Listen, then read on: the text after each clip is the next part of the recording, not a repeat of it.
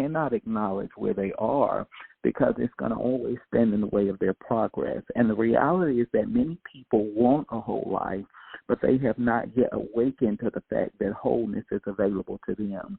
You know, I was just saying a few moments ago how I talked to so many different people from so many different walks of life, and when you begin to pull back the layers and I begin to share my life and my journey and my experiences, you see how so many people have so settled for where they are in their lives that they can't see a different path. They can't see a different possibility for their life. And so you have to begin to help them work through those barriers and and self-limiting beliefs and perceptions and things that are keeping them back from the life that they've been destined and created to live. Why is that? They have been conditioned to believe that their circumstance is unchangeable. And, you know, some of us say, well, how do you get to that point? But in all reality, we've all faced situations in our lives that seemed unchangeable. We faced mountains that seemed unmovable. We faced opposition that seemed like we would never overcome it, but we made it to the other side. But you can sink into such a place of hopelessness in your life that you don't believe that anything else is possible or anything else can happen.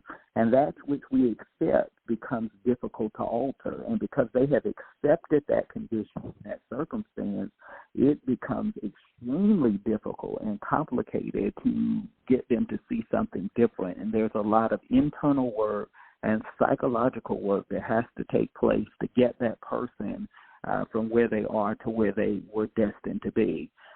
You can live with a condition so long that you stop believing that change is possible for your life. Let me say that again. You can live with a condition so long that you stop believing that change is possible for your life. And there are so many people that have become so entrenched in their condition that they don't believe that they can end that cycle in their life. And what I'm here to tell you today and through the weeks of these upcoming episodes of this series is that there is no such thing as a hopeless situation, that you always have the power to rise above challenges and difficulties and to live a greater life. Therefore, we think that changing our lives requires some external factor when what it really requires is personal responsibility. A lot of people are victims, and they're victims because they have become so entrenched in that condition that they don't believe it can change. And not only that, but they believe in their subconscious mind, because of the victim complex that they suffer from, that some external force or factor is going to come in and change their life. What they don't realize is that if an external force has to come in to change your life, that external force takes control and mastery of your life and destiny. So it can't be something outside of you coming to change you. It's got to be some personal awakening within you that empowers you to change the circumstances and the situation of your life. And why is that important? Because you are not waiting on anything to change in your life. You must wake up to the fact that you are the catalyst for change in your own life. And that's why so many people sit by and they wait, and life is passing them by. Opportunities are passing them by. Moments are passing them by. And they keep telling themselves someday, one day in the future, and they never take personal responsibility for their lives. And let me tell you, we're talking about wholeness. If you want to be whole, if you want to be free, it's going to begin with you taking personal responsibility for your life. I always tell people, different things have happened in my life, and I won't go into everything, but, people will say, that's not your fault. I say, all of it is my fault. I take 100% responsibility for my life. If it's going to be, it's up to me. And so many times I listen to people, they want something to blame. Blames don't produce breakthroughs. They just create more bondage. Write that down. Blame does not create more breakthroughs. It just creates more bondage. And so you can keep blaming, but it's just going to keep you as a victim. At some point, you have to say, I am not a victim, and you have to take personal responsibility for your life. Personal responsibility is the genesis of empowerment. Write that down. Personal responsibility is the genesis of empowerment. And this is why my work rubs some people the wrong way, because I listen to people and I can assess really quickly, because I'm very perceptive, that this is a person that does not really want to change. I keep hearing the narrative. I keep hearing the story. I hear all the context clues of a victim that refuses to break a cycle. And so this will become a pattern. And I look 10 years later, 15 years later, this person is in the same state because they have embraced that as a way of life, and they don't want to take responsibility. When I find people that are willing to take responsibility for their lives, that becomes the genesis of empowerment and transformation. I can't stay there. What we have to understand is that when you see yourself as the catalyst for change,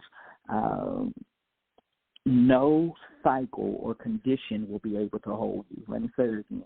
When you see yourself as the catalyst of change, no cycle or condition will be able to hold you. When you start living as a catalyst, you understand that anything in your life is subject to change. Let me say it again. When you start living as a catalyst, you start to understand that anything in your life is subject to change. Now, I want to warn you that I'm going to say some things that are going to hurt you and make you very uncomfortable in this series. Discomfort is often one of the greatest drivers of change in your life. You've heard me say this. This has been an extraordinary year. But let me tell you, if it's one word that I could say for 2023, is this has been a year of discomfort. I have been pushed outside of my comfort zone in ways that I have never been pushed before. And, in those moments, I have to live what I preach. I can say, oh, no, that's not for me. I'm not going to do that. Or I can lean into that, and I can say this is a moment to employ courage and to embrace change in my life. And I'm so grateful that I've done that, because it has produced some extraordinary growth and lessons that I hope I can share with you in the days to come. Most people want to be pacified but not perfected. Most people want to be pacified but not perfected. In other words, they want somebody to feel sorry for them, but they don't want to grow up. Because maturity is going to require you to take that responsibility for your life and to begin to do the work that is going to move your life forward into the next level. This series is not about you getting relief. I know some podcasts and some platforms, they just want to make you feel good right now, or to soothe you, or to relieve you. But this series is about getting real with yourself so that you can experience true freedom in your life. So, like I said, there are going to be some moments that are uncomfortable. There are going to be some things that are going to rub you the wrong way. But if you really listen to this with an open mind and heart, it's going to start you on a journey to healing and freedom and transformation in your life. The longer you remain dishonest with yourself, the more disempowered your life becomes. A lot of people are like, Jamel, why am I stuck? Why am I not moving to the next level? Because you are not willing to be honest with yourself. One thing that I endeavor to do, and I do this every day, is to be honest with yourself. Where are you, Jamel? What's really going on with you? Are you going to do the work today? Are you going to make excuses today? Are you going to grow today? Are you going to be immature? Are you going to cower and be crippled by circumstances or events that arise in your life? How are you going to handle this?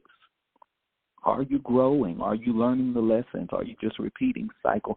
Those are the kind of conversations I have with myself, and those are the kind of conversations I have with clients and mentees and friends, because those are the conversations that are going to spur our greatest growth and development. Not, oh, it's okay and woe is me and all the victim, terminology and language is not going to help you to get to the next level. What I've discovered is that what you remain in denial about you will always be detained by.